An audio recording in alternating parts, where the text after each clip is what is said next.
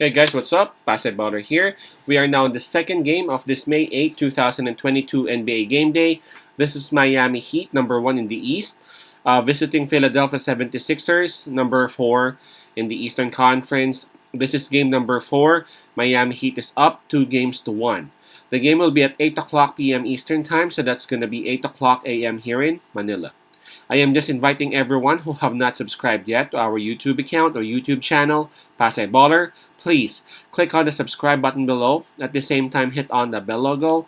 That way, automatically, you guys will be receiving notifications whenever new videos are uploaded.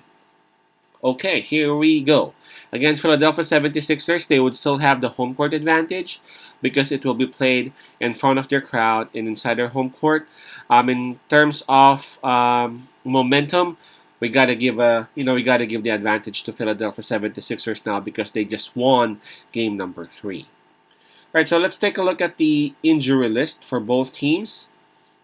Starting with Miami Heat, it has been the same way since game number 1.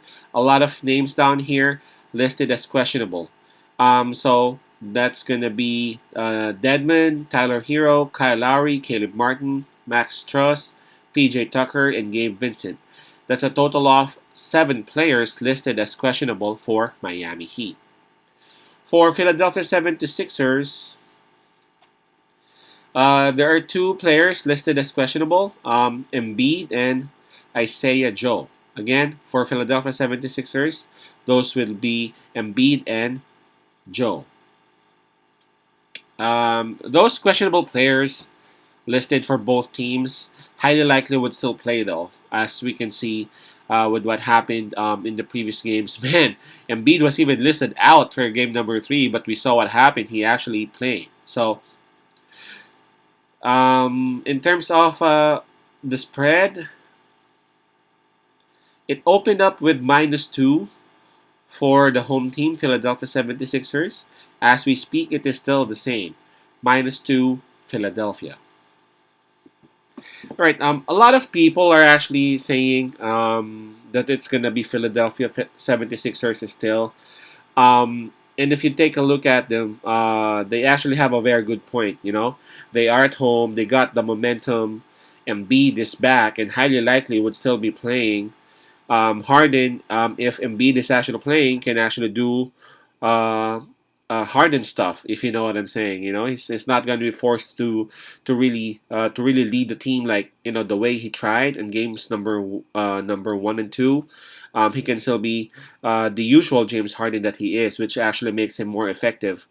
Um, and again, that they have a very good point, but I think it's gonna be totally different now, because for me, Miami Heat was a bit surprised with Embiid's Embiid's sudden appearance in game number 3.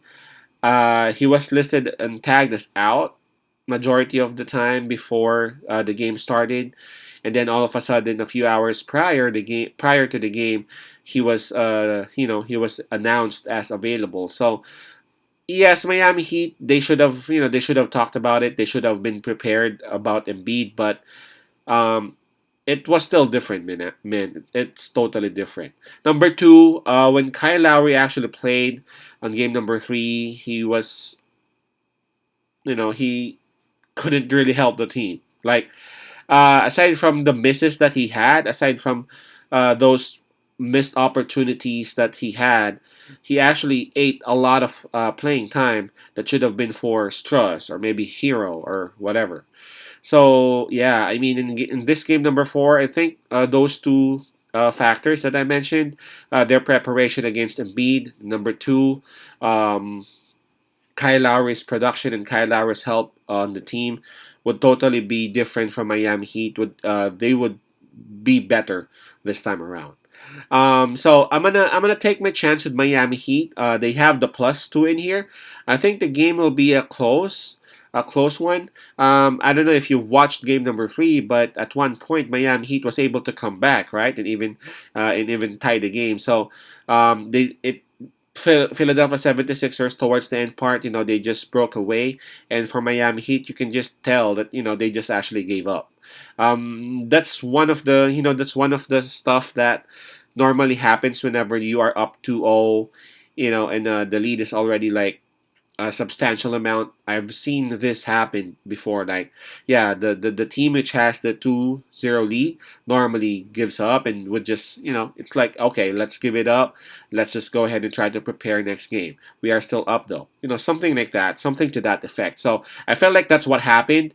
And I really feel like Miami Heat, backed up by their head coach Eric Spoelstra, a very smart guy, would actually be way better on this game number 4. So my pick, Miami +2. Miami +2. Peace out. Pase love and God bless.